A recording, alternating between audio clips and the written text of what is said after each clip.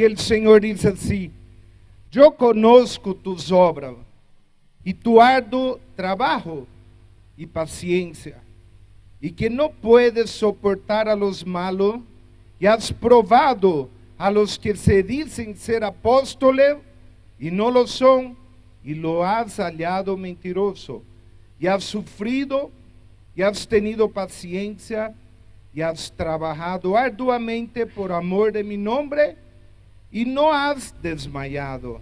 Pero tengo contra ti que has dejado tu primer amor. Pero tengo contra ti que has dejado tu primer amor. Aquí el Señor enseña una manera de que nosotros como padres o como líderes en la iglesia podamos corregir a alguna persona. Primero hablar todo lo bueno. El Señor habla aquí: conoce su obra, su arduo trabajo, ha sido paciente, ha sufrido, ha trabajado arduamente. Pero después dice: pero tengo algo contra ti, que has dejado tu primer amor. ¿Cuál es el primer amor?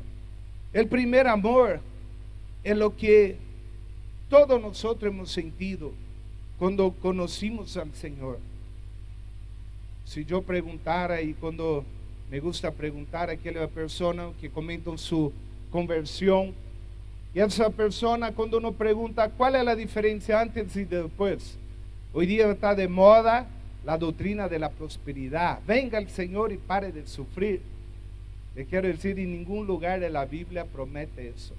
El Señor dice más bien: en el mundo tendréis aflicción. El Señor habla: en el mundo tendréis dificultad, lucha. Pero el Señor, cuando preguntamos eso, la mayoría dice: antes yo sentí un vacío en mi corazón y ahora siento paz.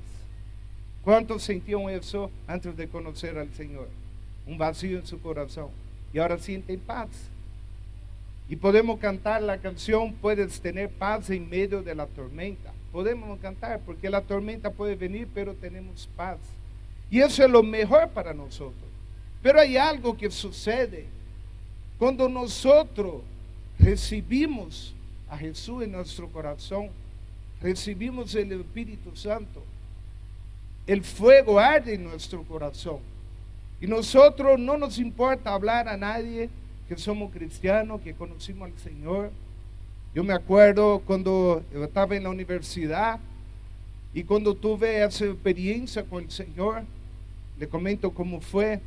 Iba mucho culto, en todos los cultos sentía el toque del Señor. Salía de ahí y decía: Señor, yo quiero ser avivado, yo quiero ser avivado. Y era avivado hasta el miércoles, jueves. Cuando tocaba viernes, sábado, el amor se enfriaba. Volvía el otro domingo y lo mismo, y buscaba al Señor y quería tener ese avivamiento. Y el Señor me dijo: ¿y por qué quieres ser lleno del Espíritu si tú no haces nada?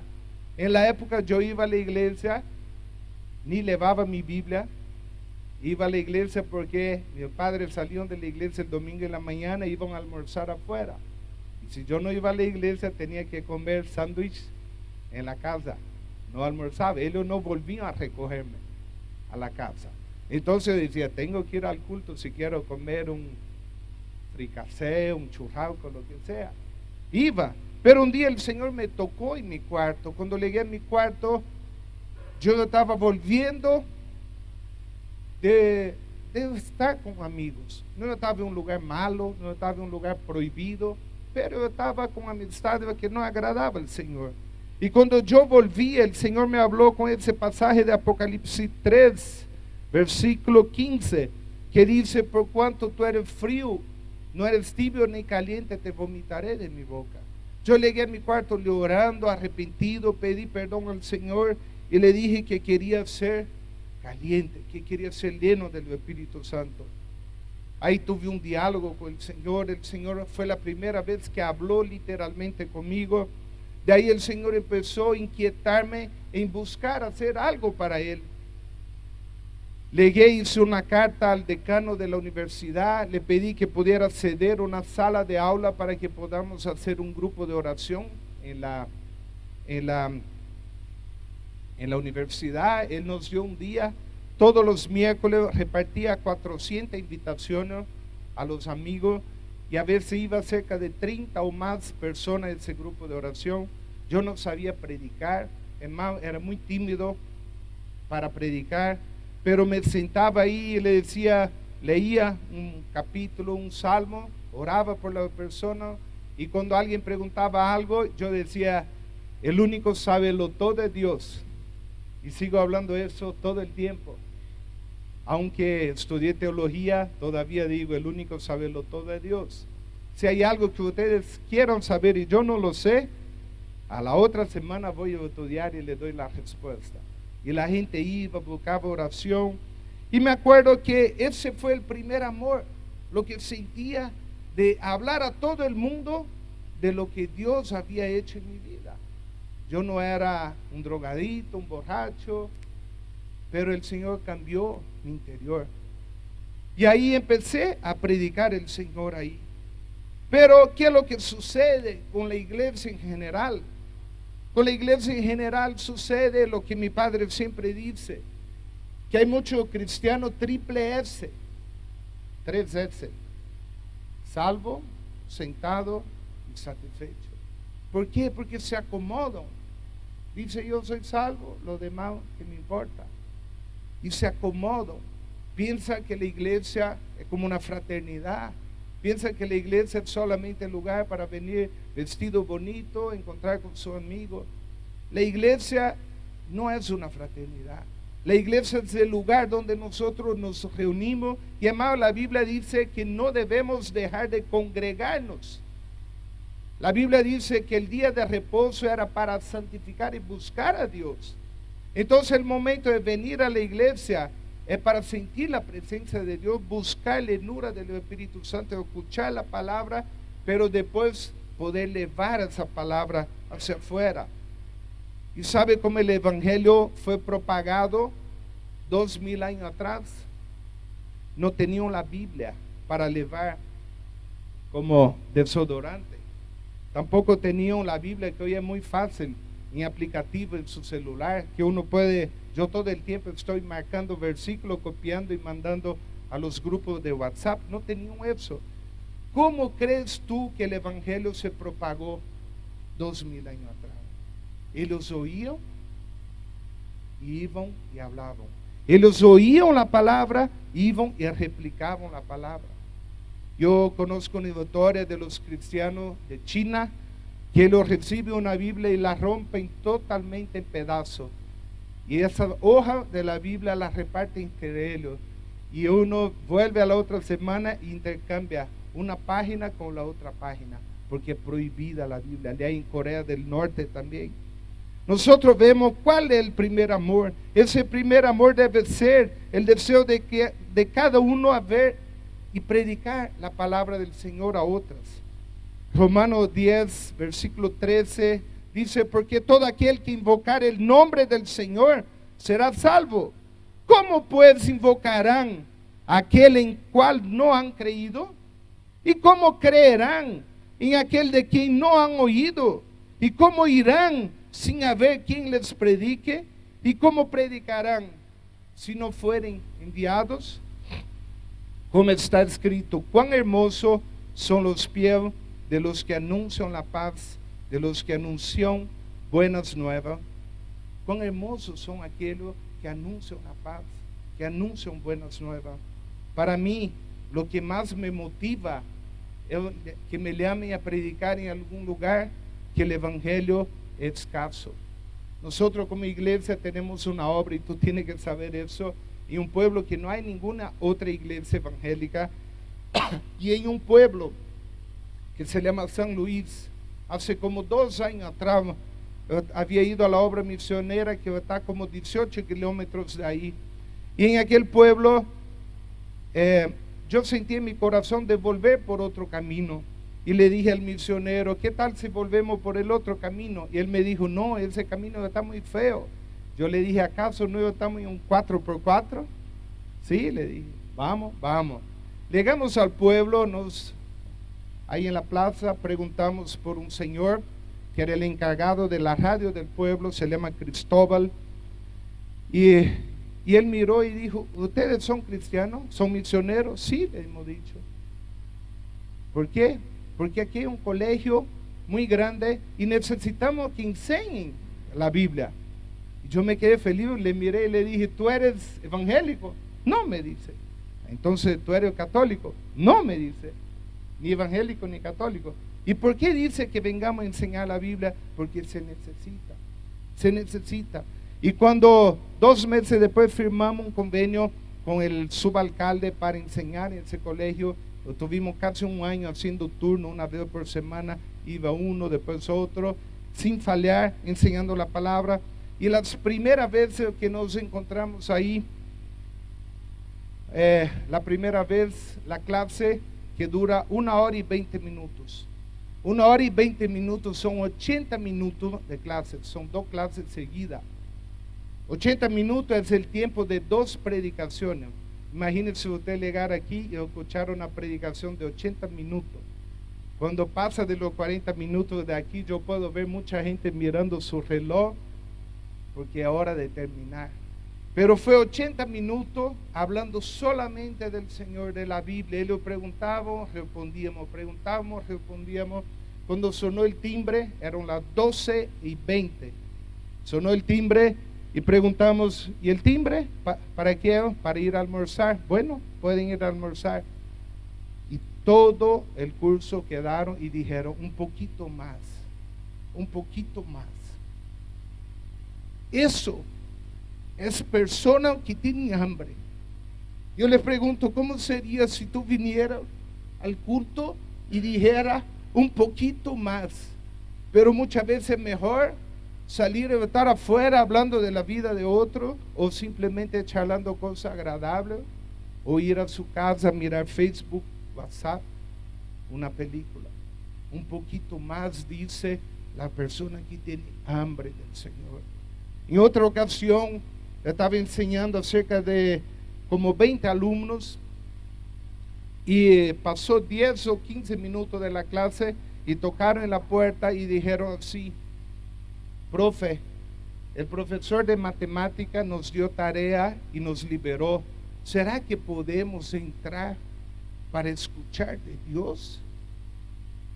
¿Será que podemos entrar para escuchar de Dios? De los 20 alumnos del otro curso o más, como 4 o 5 fueron a jugar fútbol a la cancha y todos los demás entraron a escuchar de Dios. ¿Por qué? Porque tienen hambre. Y esa hambre es lo que muchas veces pasa con cristianos que están acostumbrados a las cosas de la iglesia, simplemente venir, escuchar, irse. En Juan 15, en todo el capítulo, repite 11 veces la palabra permanecer.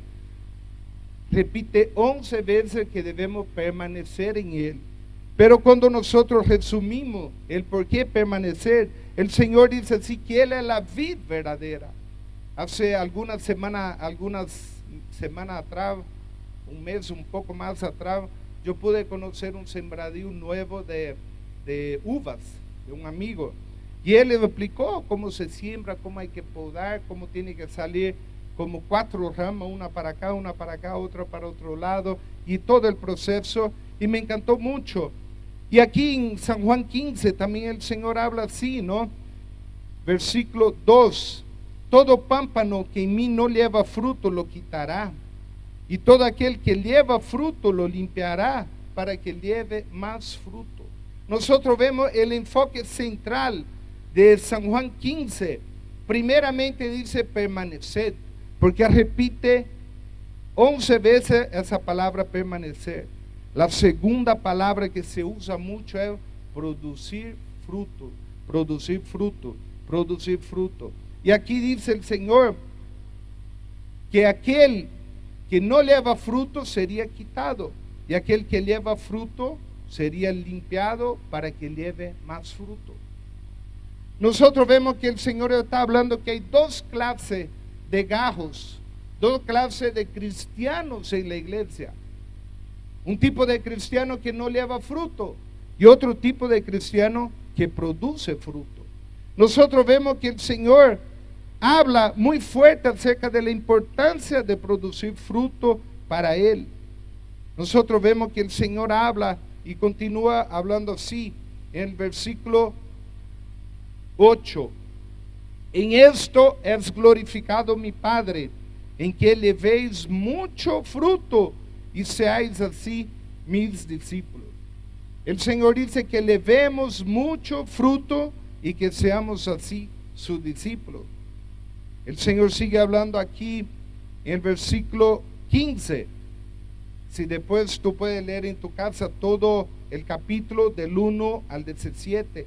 Pero el versículo 16, el Señor habla así: no me elegiste vosotros a mí, sino que yo os elegí a vosotros. Mire, está hablando de una elección. Una elección. Él habla que nosotros no lo hemos elegido, sino que Él nos ha elegido a nosotros. Hay una doctrina que no es bíblica, de que algunos, es una doctrina que se llama calvinista, que lo dicen en baseado en ese versículo, que fue Dios el que nos escogió a nosotros. Y esa doctrina dice que Dios escoge a dedo, o como el juego de la margarita, la flor, ¿cómo se llama? Bien me quiere, mal me quiere, bien me quiere, mal me quiere. Así es, como hacían los niños, ese sí, ese no, ese sí, ese no. ¿Usted cree que Dios sería justo si eligiera a la persona para ser salva a dedo? No. Y si fuera así, el enfoque, el resumen de los 4 evangelios está en San Juan 3:16, porque Dios amó al mundo de tal manera que dio a su Hijo unigénito para que aquel que fuera escogido a dedo en Él crea. ¿Qué dice? Para que todo aquel que en Él crea no se pierda, mas vida eterna. Entonces la opción no es para aquel elegido a dedo, es para todo aquel que en Él cree tenga vida eterna. Pero como leímos en Romanos, ¿cómo creerán si usted no le predica? ¿Cómo creerán si no fueren enviados? Aquí el Señor sigue hablando en el versículo 16. Yo os elegí a vosotros y os he puesto para que vayáis y llevéis fruto, y vuestro fruto permanezca. Entonces nosotros vemos que la elección que dice en ese versículo, Juan 15:16, es una elección no para salvación, es una elección para decir que todos nosotros los cristianos debemos producir fruto. El Señor nos está diciendo que Él te eligió, Él nos eligió a nosotros, ¿para qué? Para producir fruto. Ahora, simplemente producir fruto no es, dice, y que vuestro fruto permanezca. Entonces mucha gente dice, ¿tú quieres ir al cielo? Sí. Pregunta a una prostituta, sí. Pregunta a un drogadito, sí. Pregunta a un borracho, sí. Pregunta a un asesino, sí. Entonces repito una oración conmigo, y él lo repite: Señor, te recibo como Señor y Salvador. El primer paso, está correcto. Pero si ellos siguen su vida sin arrepentimiento, de nada va a servir una oración, porque el Señor dijo: ni todo el que me diga Señor, Señor, entrará en el reino de Dios, sino todo aquel que hace la voluntad de mi Padre. Entonces, creer no es simplemente decir yo creo en Dios. Y es más, la Biblia dice que los demonios y Satanás creen en Dios. ¿Cómo no van a creer si lo vieron desde la fundación del universo? Antes de que la tierra existiera, ellos estaban con Dios, antes de ser echados del cielo. Entonces ellos creen en Dios, y más, creen y tiemblan. Ellos son mucho más que muchos que solamente creen. Que usted entra a una casa y ve a veces un tatuaje con un crucifijo en el pecho, o una cruz en su casa, pero su manera de vivir no es como la manera del que cree. Entonces nosotros debemos producir fruto y hacer que ellos permanezcan. ¿De qué manera nosotros vamos a hacer permanecer en su fruto? Mi esposa tiene 3 hijos. Hay uno que ya me pasó de altura. Yo le digo, podés pasarme para arriba, pero no para los lados, ¿no? Entonces ya me pasó de altura, tengo 2 más por ahí. Pero yo le pregunto, ¿la función de ella como madre terminó en el momento del parto? Ahí podemos decir que empezó la verdadera función fuerte. amamantar, criarlo, hacerlo crecer. Y el hijo mayor ya está por entrar a la universidad. Y cuando toque entrar a la universidad, no sabemos si va a ser acá o en otro país. Él debe estar preparado para dejar la familia y pasar solo. Eso es lo que el Señor está hablando, producir fruto y que ellos permanezcan. Él está hablando eso refiriéndose a la importancia de ir a ser discípulos, bautizando en el nombre del Padre, del Hijo, del Espíritu Santo, enseñándoles a que guarden todas las cosas que Jesús os ha mandado. Y aquí yo estoy con vosotros todos los días hasta el fin del mundo. Yo le pregunto, ¿esa gran comisión era solamente para sus 12 discípulos? No, porque era una gran comisión que dice hasta el fin del mundo. ¿El mundo ya se acabó? No. Entonces significa que tú y yo tenemos que seguir cumpliendo esa gran comisión y de ser discípulos. Y la iglesia por lo general piensa que solamente los pastores deben ser discípulos. Hacer discípulos no es marcar un día de la semana, tener a 100 personas sentadas y dar una prédica. Hacer discípulo es como Jesús hizo con sus discípulos, andaba con ellos, iba a pescar con ellos. 7 de sus discípulos eran pescadores, más de la mitad. 4 literalmente y 3 tenían un vínculo con la pesca. Iba a pescar con ellos, andaba con ellos. Cuando tocaba expulsar demonios, ellos estaban ahí. Cuando sanaba, estaban ahí. Andaba con ellos. Cuando preguntaron a Jesús, ¿dónde vive? Jesús dijo, venid y ved. Entonces ser discípulo no es venir un día acá y escuchar una prédica. Si yo le preguntara, ¿tú eres discípulo de quién? Tú puedes decir, del pastor Charles, del pastor Rolando. Pero si tú no andas con ellos y no pasas tiempo con ellos, no eres discípulo de ellos. Solamente escuchar una prédica un domingo, 2 domingos del mes o 3 domingos no es ser discipulado. Permanecer, andar con ellos, dice. Ahora mire qué interesante, dice, y vuestro fruto permanezca, para que todo lo que pidieres al Padre en mi nombre, Él os lo dé. Aquí nosotros podemos ver la clave para la oración efectiva. ¿Sabe por qué? Hoy se escucha mucho prosperidad, prosperidad, prosperidad. Es bíblico. La prosperidad tiene 2 caras de la moneda. La primera que dice que Dios es el que da poder para hacer riqueza, es solo Él. Pero la segunda también, y el Señor dice que debemos negarnos a nosotros mismos y seguirlo, que nosotros debemos andar con Él. Y aquí nosotros vemos, todo lo que pidieres al Padre en mi nombre, Él os lo dé. Significa, imagínense una persona que está enferma. La Biblia dice que en la ley, cuando ellos llegaban a conquistar una tierra, en un lugar dice que era prohibido cortar árbol frutífero. Imagínense ahora, yo he sido agricultor, yo llegué en Monte Virgen muy alto y tuvimos que empezar de cero, desmontando el monte. Pero ahí en medio había árbol frutífero, había el que es como una vaina, ¿cómo se llama? Ambaiva, había motoyoé, había mucho otro fruto que es nativo acá, pero no había cómo dejarlo. Y el Señor dice, ¿por qué? Porque aquellos que están produciendo fruto no serán cortados. Entonces, cuando dice, aquel que produce fruto y que ese fruto permanezca, pida al Señor, al Padre, lo que quiera y Él se lo dará. Entonces, imagínense una persona enferma, que está enferma y está produciendo fruto, puede decir, Señor, necesito sanidad, porque quiero seguir predicando tu palabra. El Señor va a decir, sé sano. Si tú necesitas un auto, Dios lo va a dar. Pero ¿cuándo? Como dice acá. ¿Por qué el Señor habla eso? Porque en la palabra dice, un alma vale más que el mundo entero. Dios es todopoderoso, ¿sí o no? Y ese es uno de los nombres de Dios. 3 calidades dice. Omnipresente, está en todo lado. Omnisciente, conoce todo, tanto pasado como presente como futuro. Y el otro es omnipotente, Él puede todo. Pero debido a su poder, Él no hace injusticia. Él no va a sacar un alma del infierno. Porque la Biblia dice, lo que uno hizo será juzgado.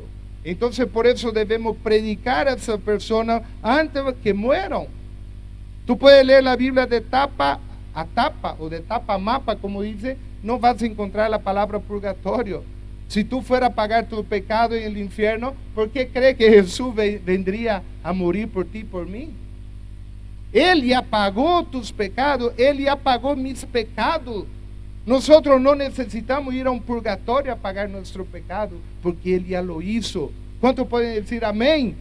Amén. Entonces nosotros vemos que el Señor quiere que seamos productivos. Cuando alguien está enfermo, antes de buscar un médico, primero debe reconocer que está enfermo. Como iglesia debemos reconocer que aunque en teoría la mayoría conoce el mandamiento de ir a ser discípulo, pero si yo preguntara hoy, no lo voy a hacer porque no quiero yo mismo como pastor aquí pasar vergüenza y no quiero hacerte a ti pasar vergüenza. Pero si yo preguntara, levante la mano aquellos que están haciendo discípulos, estoy seguro que ni el 5% levantaría la mano y diría, estoy haciendo discípulo, estoy discipulando a alguien. Entre la teoría y la práctica hay una gran distancia. Entre el dicho y el hecho hay un gran trecho, como dice el proverbio. Y como discípulo de Jesús tenemos que enfocar en hacer su voluntad.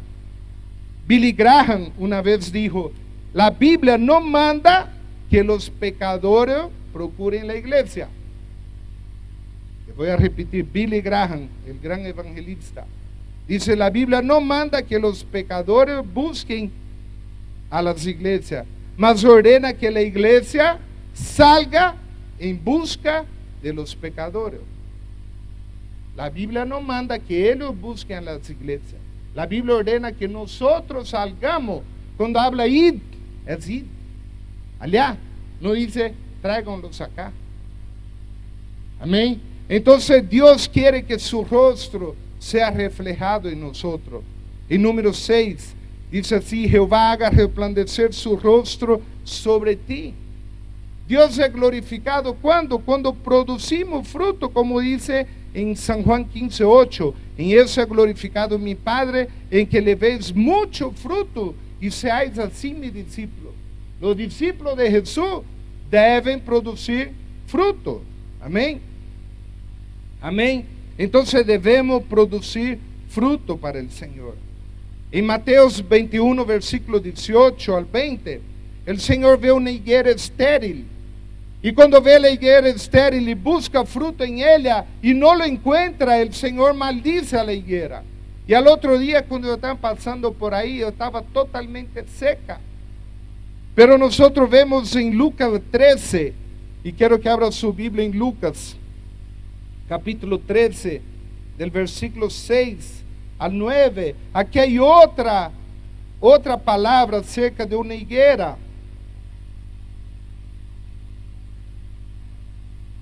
Lucas 13, del 6 al 9.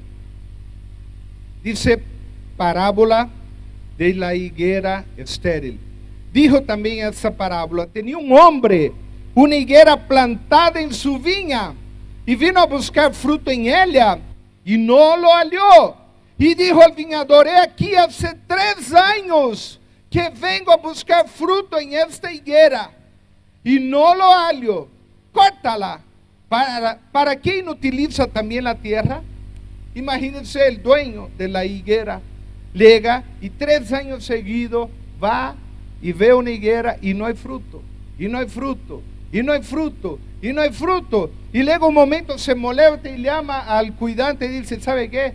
Córtala, vamos a sembrar otra en su lugar. ¿Para qué está esa higuera ahí y no produce? Mejor la vamos a cortar. Y entonces respondiendo le dijo, el siervo le dice, Señor, déjala todavía este año, hasta que yo cave alrededor de ella y la abone. Y si diere fruto, bien, y si no, la cortarás después. Él le está diciendo de una otra oportunidad. Él está pidiendo una oportunidad para esa higuera y diciendo, mire, permita que yo la cave alrededor de ella y la abone. ¿Sabe qué, hermano? Ese cavar y abonar simboliza mucho buscar la presencia de Dios, andar en la presencia de Dios. Si nosotros queremos producir fruto, debemos andar en su presencia, buscar a Él en oración, buscar a Él para que Él pueda usarnos. Jesús, cuando vino acá, mire lo que Él dice, Él nos da la misma misión que Dios a Él. En Juan capítulo 17, versículo 18, miren su Biblia, Juan capítulo 17, versículo 18. El Señor dice así: como tú me enviasteis al mundo, así yo los he enviado al mundo. Y el Señor sigue hablando: y por ellos yo me santifico a mí mismo, para que también ellos sean santificados en la verdad. Mas no ruego solamente por eso, sino también por los que han de creer en mí, por las palabras de ellos. Mire, el Señor está hablando acá. En ningún lugar en la Biblia dice que la Virgen María roga por nosotros. En altísimo lugar dice que Jesús intercede por nosotros. Y aquí en uno de esos lugares dice que Él roga al Padre y pide ¿para qué? Para que los que han de creer por la palabra de ellos. El Señor está diciendo que cuando tú vayas a predicar a alguien, el Señor va a estar haciendo su parte. Allá cuando habla en la gran comisión en Mateos 28, lo que le nombré anteriormente, dice así: y aquí yo estoy con vosotros todos los días hasta el fin del mundo. Entonces en la gran comisión, ¿quién va a estar contigo o conmigo? El Señor. Y es por eso que dice la gran comisión, porque tú no la vas a hacer sola. Yo no lo voy a hacer solo. El Señor va a estar con nosotros ayudándonos. Mire el versículo 22 lo que dice: la gloria que me diste, yo les he dado, para que sean uno, así como nosotros somos uno. La gloria que Dios le dio a Jesús, ¿qué hizo? ¿A quién se la dio? ¿A quién se la dio? ¿Están prestando atención? ¿Están prestando atención? Voy a leer otra vez. La gloria que me diste, yo les he dado, para que sean uno, así como nosotros somos uno. La gloria que Dios le dio a Jesús, Él la dio a quién? A nosotros. Pero no es la gloria y poder y majestad que Él tiene. Eso tú nunca lo vas a tener. ¿La gloria cuál? La gloria del Espíritu Santo. Cuando Jesús habla en el capítulo 14 y dice: yo voy, pero no los dejaré huérfanos, vendré a vosotros. Él está hablando que Él vendría como el Espíritu Santo, el Consolador. Y hermano, dice la palabra que somos participantes de la naturaleza divina. Entonces la misión, ¿cuál era la misión que Jesús tenía y que nosotros también debemos tener? Él dice que Él ha sido enviado para buscar lo que se había perdido.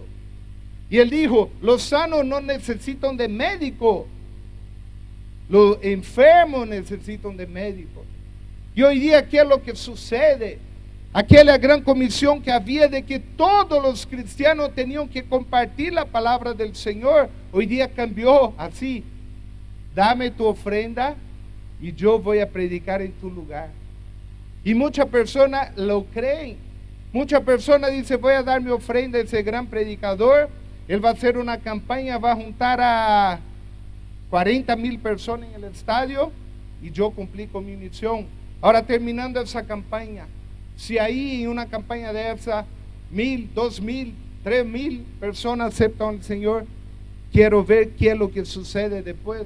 ¿Será que esas personas se mantienen firmes con el Señor?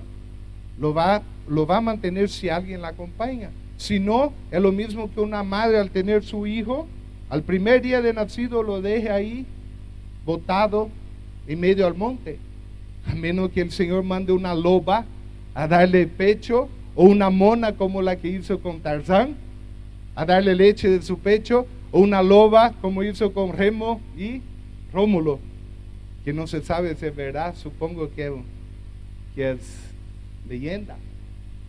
Se mueren. También aquel que nosotros ganemos para el Señor, nosotros debemos cuidar.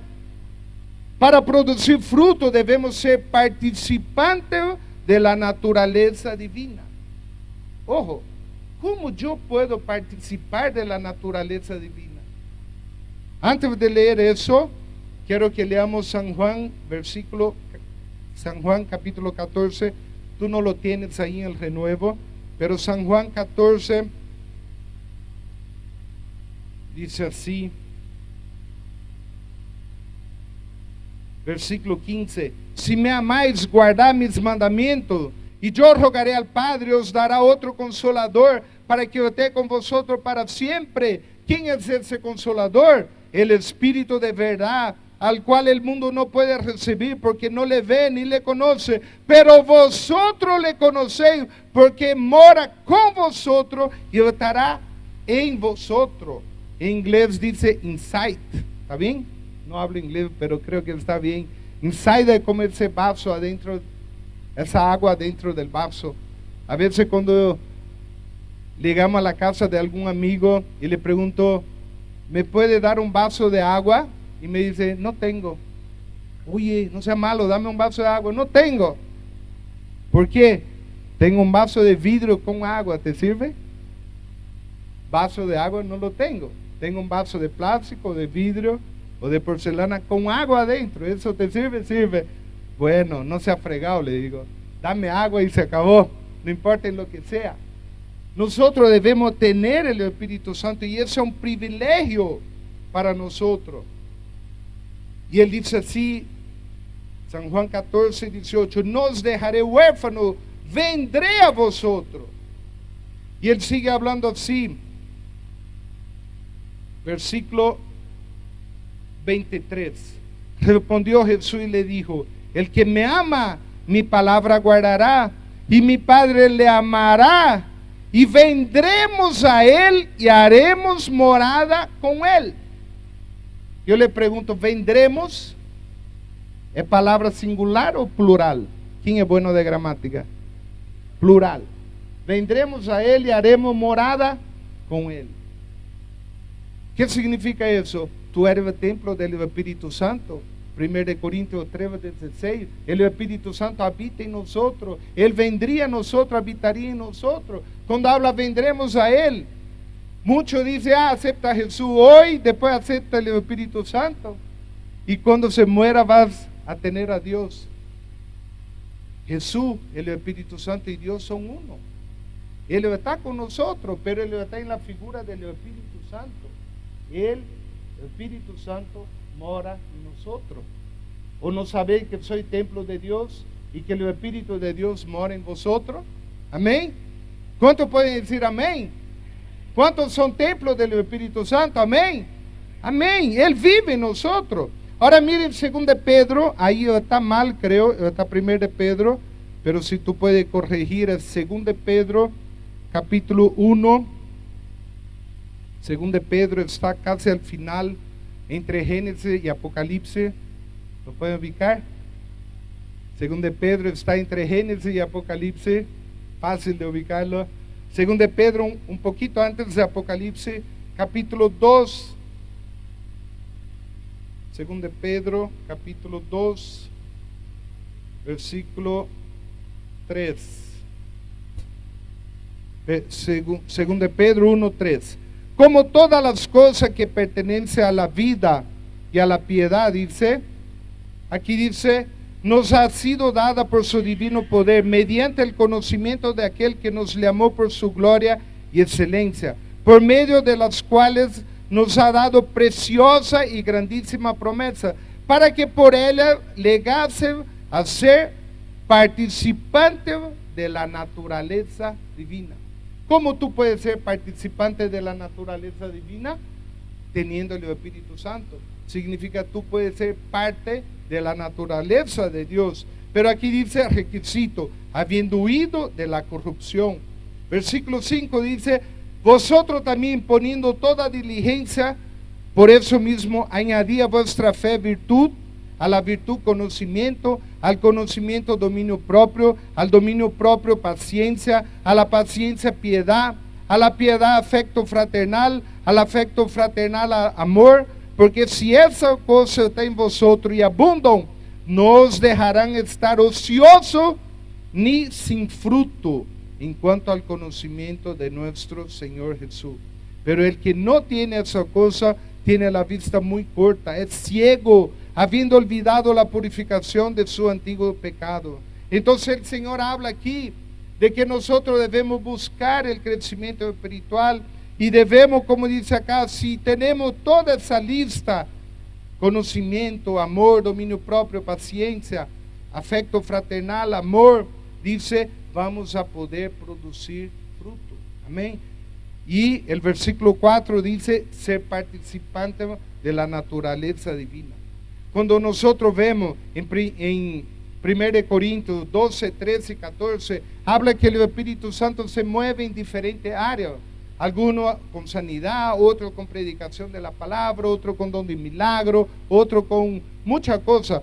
Pero el capítulo 13 resume así: si yo tengo todos los dones del mundo y no tengo amor.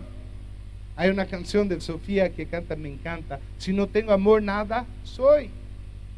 Tú puedes tener todos los dones, tú puedes resucitar muertos, tú puedes hacer lo que sea orando, pero si tú no tienes amor, nada eres. ¿Y qué es el mejor amor? Como dice Jesús, nadie tiene mayor amor que este, que uno ponga su vida por sus amigos. Juan 15, 13, poner su vida por sus amigos. Con mi esposa, cuando nosotros abrimos un grupo de matrimonio en la casa, con 2 parejas más de la iglesia, nosotros hemos dicho, vamos a abrir el grupo de matrimonio, pero solamente vamos a invitar personas no convertidas. Y de ahí 2 personas de la iglesia dijeron, Daniel, supe que tú vas a abrir tu pequeña familia de matrimonio en tu casa, yo quiero ir ahí. Yo le dije, no, le dije. ¿Cómo? ¿Por qué? ¿No me vas a dejar ir a tu pequeña familia? No, le dije. ¿Por qué? Porque tú tienes que abrir y ayudar en otra. El enfoque allá es 100% de personas que no conocen al Señor. Y nosotros estamos ahí, y algunos semana tras semana dicen, yo soy católico, apostólico, romano, pero nosotros no nos importamos. Estamos sembrando la palabra, y estamos creyendo que conoceréis la verdad y la verdad os hará libre. Estamos creyendo que un día lo van a conocer al Señor, y estamos viendo cambios. Estamos viendo a la persona siendo cambiada, parejas que iban a divorciarse, que Dios ha hecho milagro en su vida, y estamos viendo cómo Dios puede hacer. El Espíritu Santo también nos ayuda en nuestra debilidad. Romanos capítulo 8, versículos 12, 14, 26, 27. Significa que, yo le pregunto, ¿cuántos tiene alguna debilidad? ¿Sí o no? Todos somos débiles, pero nosotros nos fortalecemos en el Señor, en el poder de su fuerza. Nos fortalecemos en el Espíritu Santo, que nos ayuda en nuestra debilidad. Y en la otra parte, el Espíritu Santo también nos ayuda para que seamos testigos. Hechos 1:8 dice, recibiré poder cuando haya venido sobre vosotros el Espíritu Santo, y me seré testigo en toda Jerusalén, Judea, Samaria y confines de la tierra. Ese poder que nosotros recibimos, ¿para qué? Para ser testigos, es para predicar el Evangelio. Pero eso no es solamente con pastores y líderes, es para todos. Si tú tienes el Espíritu Santo, la primera cosa es que tú puedes abrir tu boca y tú puedes hablar lo que Él te ponga. Yo me acuerdo hace como un año más o menos, había ido a un matrimonio de un sobrino del pastor Charlie, y ahí estaba uno que ha casado con la prima de mi esposa, que él era un recién convertido, creo que tenía un medio año, 8 meses de convertido, y siempre antes, cuando íbamos, él nunca quería sentarse a mi lado, porque yo siempre sacaba el tema de hablar del Señor, y en ese momento él se paró de la otra punta de la mesa y vino a buscarme para hablar conmigo, y contó su experiencia de conocer al Señor, y él me dijo algo que me marcó mucho. Él dijo, sí, Daniel, yo no consigo más dejar de hablar de Dios, no consigo más dejar de hablar de Jesús, y mis amigos dicen, me han lavado el cerebro, pero no es eso. Es que yo siento un fuego y cualquier lugar que quiero, yo quiero hablar del Señor, quiero hablar en todo el tiempo. Y él me dijo, yo estoy estudiando y en octubre voy a poder abrir mi célula, mi pequeña familia en mi casa. Y él estaba preparándose porque él deseaba empezar un momento y empezar a llamar a su amigo y predicarle del Señor, aunque lo hacía por afuera. Y cuando llegó para Navidad, con el pastor Charlie, estábamos compartiendo con la familia, en la otra mesa, lo que estaban tomando. Y él vino a nuestra mesa, ¿se acuerda? Y habló más de 2 horas, hablando y hablando del Señor y hablando del Señor. ¿Sabe por qué hacía eso? Porque le lavaron su cerebro. Y es literal, a mí me han lavado mi cerebro, pero no fueron ellos. El Señor me ha lavado el cerebro. El Señor me ha lavado mi corazón. Porque antes de pensar cosas malas, ahora pienso en el Señor. Antes, cuando pensaba en cosas que no agradan al Señor, ahora tengo mi cerebro lavado literalmente. Me acuerdo cuando, después de algunos meses que había tenido la experiencia con el Señor, un día mi mejor amigo de la universidad me dijo así: oye, vamos a una discoteca. Yo le dije, no voy. Él me dijo, ¿qué? ¿Por qué? Yo le dije, porque ahora soy un cristiano verdadero, le dije. Y él me dijo, vos sos cristiano, pero no sos de esos radicales, ¿no? Me dice. Y en mi boca estaba para decirle, sí, no soy de esos radicales. Pero de aquí del pecho salió la palabra y le dije, ahora sí, yo soy un cristiano radical. Porque yo prefiero ser radical a ser tibio. Porque 4 meses atrás el Señor me había dicho, por cuanto soy tibio, no soy frío ni caliente, te vomitaré de mi boca. Entonces no me importa que me diga que soy radical y siempre voy a ser. Juan capítulo 4, versículo 31 dice, los campos están blancos para la siega y los obreros son pocos. Y también habla, pero que al ayudar en esa cosecha de alma para el Señor, estamos produciendo fruto para vida eterna. Mire, abra su Biblia en San Juan capítulo 4, versículo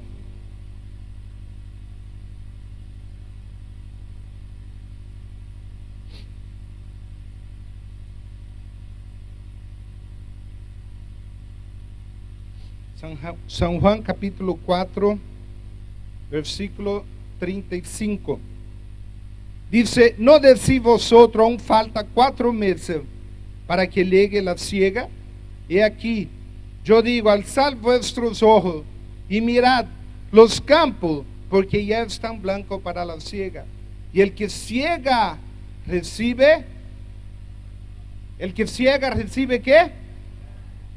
Una vez más, para que no se olvide, vamos a hacer como en colegio. Repita. El que ciega recibe salario y recoge frutos. Otra vez, recoge frutos para vida eterna. Entonces, hermano, cuando Jesús dice, no hagáis tesoro en la tierra, donde el ladrón y la polilla corrompe. Cuando llegue el día del Señor, cuando llegue el día del juicio del Señor, cuando llegue el momento que el Señor va a venir, como dice en Apocalipsis, para dar el galardón a cada uno de nosotros, el Señor nos va a mirar y decir, mire, qué bien que usaba puro camisa Tommy Hilfiger. O el Señor nos va a preguntar si tú buscabas tu camisa en el shopping Scarbetti de Cumavi. No va a preguntar. No va a preguntar qué marca de auto usaba. No va a preguntar cuántos cuartos tenía en su casa. El Señor va a preguntar así, lo que dice aquí, el que ciega, el que recoge frutos, lo recoge para vida eterna, para que el que siembra se goce juntamente con el que ciega. El Señor va a preguntar, ¿a cuántos has ganado para el Señor? ¿Cuántos has ganado y discipulado? Por eso la palabra dice Por eso la palabra dice, el que gana almas es sabio, Proverbio 11:30. Hay personas muy sabias que trabajan su vida, algunos compran varias casas para alquilar, para que cuando sea un anciano puedan vivir de alquiler. Otro hace un plan de jubilación, otro pone toda su plata en la AFP y el gobierno se la roba, ¿no? Cada uno hace un plan diferente. Pero la Biblia dice, el que gana almas es sabio. ¿Por qué? porque esos son los frutos, esos son los tesoros que tú puedes hacer en el cielo, esos son los tesoros que Dios va a dar por ti. En 1 Corintios 9:16 el apóstol Pablo dice: ay de mí si no predicara el evangelio, ay de mí si no predicara el evangelio. Él está diciendo que Dios le cobraría a él. Nosotros podemos ver cuando el Señor encuentra, y está en San Marcos capítulo 5, vaya su Biblia en San Marcos capítulo 5, este pasaje me ha tocado mucho el corazón, y habla del endemoniado gadareno. No lo voy a leer todo, pero dice que había una persona que estaba totalmente poseída, y dice así, mire, versículo 2, San Marcos 5, del versículo 2 adelante. Cuando salió él del barco, enseguida vino a su encuentro de los sepulcros un hombre con espíritu inmundo que tenía su morada en los sepulcros, y nadie podía atarle ni aun con cadenas, porque muchas veces había sido atado con grillos y cadenas, mas las cadenas habían sido hechas pedazos por él y desmenuzado por grillos, y nadie le podía dominar. Y siempre, de día y de noche, andaba dando voces en los montes y en los sepulcros, hiriéndose con piedra. Mira, agarraba la piedra y se hería, y se pegaba. Cuando vio pues a Jesús de lejos, corrió y se arrodilló ante él, y clamando a gran voz dijo: ¿qué tiene conmigo, Jesús, Hijo del Dios Altísimo? Te conjuro por Dios que no me atormentes. Porque le decía: sal de este hombre, espíritu inmundo. Y le preguntó: ¿cómo te llamas? Y respondió diciendo: Legión me llamo, porque somos muchos. No era uno ni dos, era una legión. Y miren lo que sucede. El Señor lo libera. Esos demonios entran a un acto de cerdo, que van y se suicidan, se precipitan en el mar. Y nosotros vemos que al final, en el versículo 18, al entrar él en el barco, el que había estado endemoniado le rogaba que le dejase estar con él. Mire, aquella persona que supongo que ya le habían tapado con alguna ropa, yo estaba ahí y decía: Jesús, permita que yo te siga. Y si hoy sucediera eso, muchos de nosotros diríamos: qué bien, un discípulo más. Pero mire lo que Jesús le dice. Jesús no se lo permitió, sino que le dijo: vete a tu casa, a los tuyos, y cuéntales cuán grande cosa el Señor ha hecho contigo y cómo ha tenido misericordia de ti. El Señor le dijo a ese liberado gadareno, porque no era el poseído gadareno, amén, era un tipo liberado, y le dijo: vete a tu casa. Entonces, a lo tuyo. En otra traducción de la Biblia me gusta: vete a lo tuyo, a tu parentela, dice, y cuéntale lo que Dios ha hecho contigo. A mí me gusta mucho que Jesús literalmente le dice: la primera misión de cualquiera uno de nosotros, que es la que le dio a él, es tu casa, tu parentela. Muchos ni siquiera hablan de Jesús a la empleada, o al vecino, o al empleado de su trabajo, y eso le están fallando con el Señor. Cuando habla y predicar en tiempo y fuera de tiempo, en hora y fuera de hora, en todo lugar, el Señor nos ordena. Y si nosotros no lo hacemos, estamos haciendo un pecado de omisión.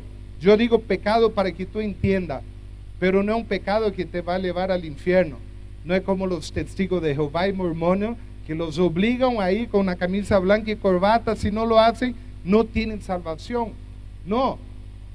Pero si el mandamiento, yo con mis hijos, creo que más o menos de la mitad de los castigos que reciben es, por ejemplo: vamos a salir, acomode su cuarto, y cuando vuelva quiero ver su cuarto acomodado, y volvemos y el cuarto no está acomodado. Entonces tenemos que darle un castigo, una corrección. Ese castigo no fue algo por lo que hicieron, ese castigo viene por algo que no lo hicieron. Fue algo que mandamos a hacer y no lo hicieron. También nosotros vemos el Señor, si el Señor nos manda a ir a ser discípulos y no lo estamos haciendo, ¿usted cree que está bien? No, estamos desobedeciendo al Señor. Porque la palabra literal de pecado no es solo lo malo. ¿Sabe qué significa pecado y de dónde viene el origen del pecado? Dice que cuando practicaban, disputaban concurso de tiro al arco, que era muy lejos, allá cerca del del círculo, del albo, tenía un tipo, y el tipo paraba de muy lejos, y allá el tipo cuando gritaba y decía, ha pecado, significaba falló el blanco. De ahí salió el origen de la palabra pecado, fallar el blanco. Cuando nosotros fallamos el blanco de la voluntad de Dios, estamos pecando. Aquí el versículo 20, después que el liberado gadareno predicó en su casa, dice el versículo 20, y se fue y comenzó a publicar en Decápolis cuán grandes cosas había hecho Jesús con él, y todos se maravillaban.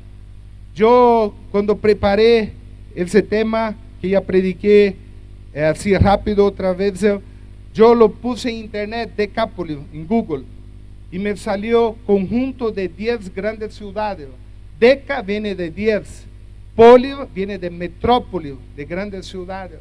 Entonces él fue y predicó en esas 10 grandes ciudades, y dice, todos se maravillaban de ver lo que Dios había hecho en él. Cuando tú ves en tu renuevo, la palabra que están entre paréntesis, por ejemplo, Gádara, ahí dice quais. Si tú pones en el Google Tierra o en el Google de mapa, te va a ubicar a dónde están esas ciudades. Yo lo hice eso y me maravillé de confirmar que esas 10 grandes ciudades todavía existen. Y eran 10 ciudades dividida en 3 países. En Jordania, Gadara, Gerasa, Pela, Filadelfia, Dio, Rafana. En Israel, Citópolis, Hippo. Y en Siria había Damasco y Canata. Él fue y predicó en 3 países de lo que Dios había hecho con él.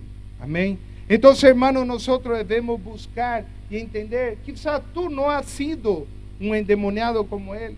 Quizás tú no vivías en cementerio, desnudo, golpeándose con piedra. Quizás tú no tenías una legión de demonios dentro de ti, pero nosotros vemos aún que Dios quiere que tú empieces en tu casa, en los tuyos, en tu parentela, predicando la palabra del Señor. Y nada es en vano. Para terminar, le quiero contar una historia de unos misioneros que fueron a África. Me gusta mucho esa historia, me toca mucho el corazón. Él se llama David Flut y su esposa. En el año 1921, ellos fueron de Suecia para África a predicar el evangelio. Ellos fueron con otra pareja de misioneros. Y ellos llegaron a una aldea que era Swahili, Swahili, Swahili. Y cuando llegaron allá, después de pasar por varias aldeas que no lo permitían predicar, entonces el jefe de la tribu endureció su corazón y no lo permitió predicar. Y ellos subieron a un monte y ahí hicieron una casita de barro y ahí empezaron a vivir y orar, porque no tenían recursos ni manera de cambiar para otro lado. Y ellos dijeron, vamos a estar aquí un tiempo y después nos cambiamos. Empezaron a orar. Y el cacique de la tribu permitió que un niño vaya a venderles huevo y carne o algunas cosas. Y cada vez que él iba, la esposa de él predicaba del Señor a ese niño. Y David, que era un hombre duro de corazón, a veces decía, pero ¿qué va a hacer ese niño? Debemos predicar a los adultos. Y el único que tenía acceso a ello era el niño. Pero cada vez que fueron, le predicaron de Jesús. Ese niño aceptó al Señor. Pasado varios años, la mujer de él se embarazó. Se llamaba Svea Flut. Ella se embarazó y cuando estaba cerca del parto se contagió de malaria y tuvo la bebé que nació, que le colocaron de nombre Aina, y 17 días después la mujer falleció. Y ese misionero quedó con un niño de 2 años y una bebé sola, y él dijo, ¿qué voy a hacer acá? Ese misionero dijo, Dios me abandonó. Él no tenía una base firme, sólida. Él dice, Dios me abandonó. Él dejó, volvió a su país, y después de estar en su país, él había dado a la bebé para que otra pareja de misioneros la cuidara. Y esos misioneros la cuidaron, la llevaron a Estados Unidos, y después que esa niña creció, un día llega en el buzón, ya era casada, tenía su esposo, llegó al buzón del correo una revista que decía acerca de misiones. Cuando él empieza a leer la revista, él ve la foto de una cruz blanca enterrada y con el nombre Svea Flut, que era su mamá. Y él dice que le amó a esa imprenta y trató de saber dónde era eso. Y un día le invitaron a ir a una convención de misioneros.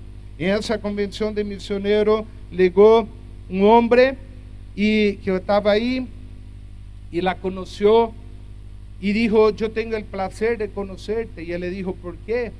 Y él le dijo: porque yo he sido un niño que tu madre le predicó el evangelio. Y dice que ese niño conoció al Señor, consiguió una Biblia, empezó a leer la Biblia.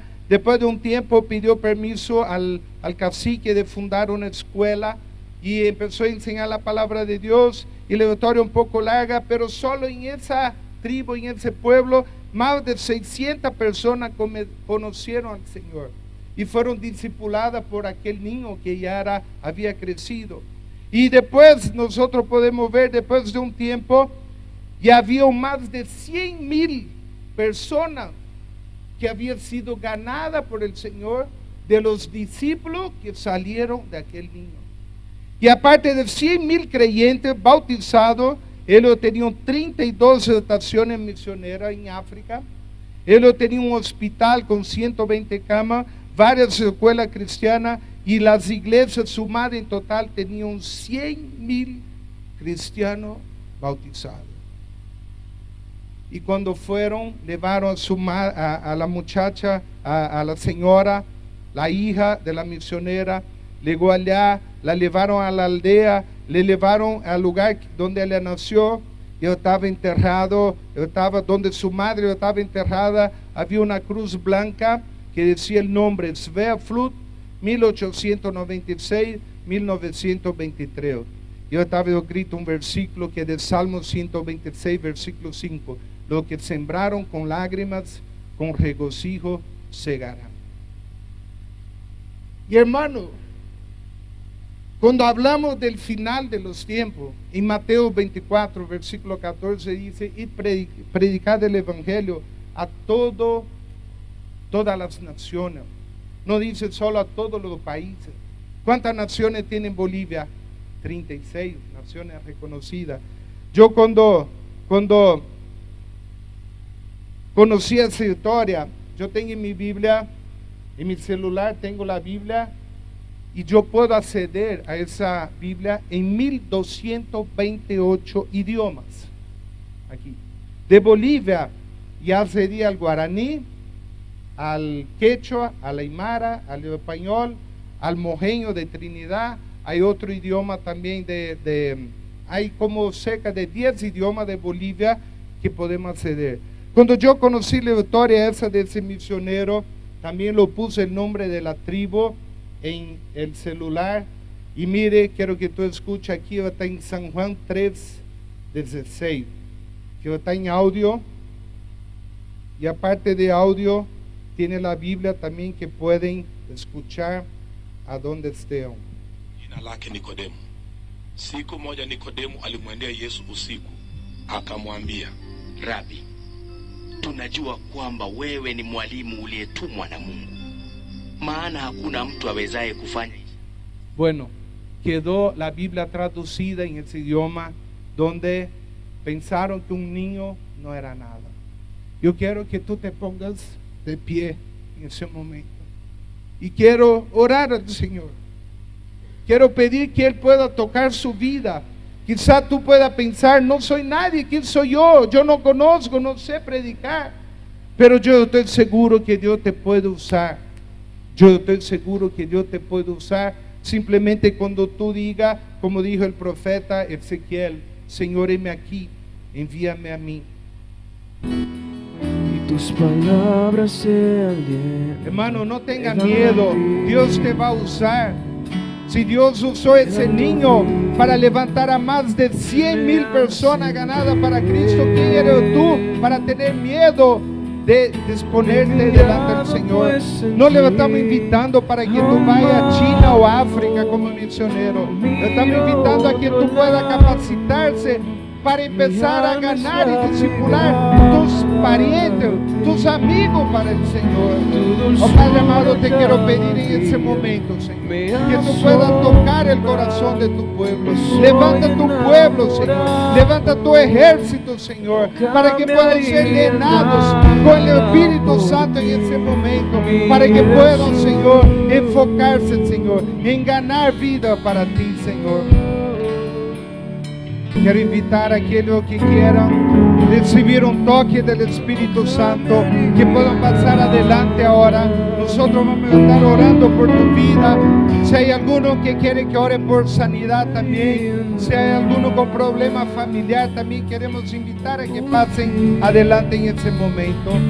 Amén, si quieren oración. Oh Padre amado, Señor, quiero pedir por tu iglesia, Señor, en nombre de Jesús, que tú puedas derramar, Señor, de tu Espíritu Santo. Coloca tu fuego, Señor, en nosotros.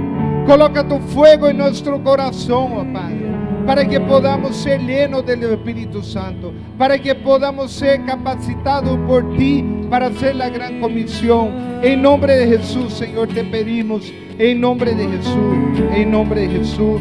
Amén, amén.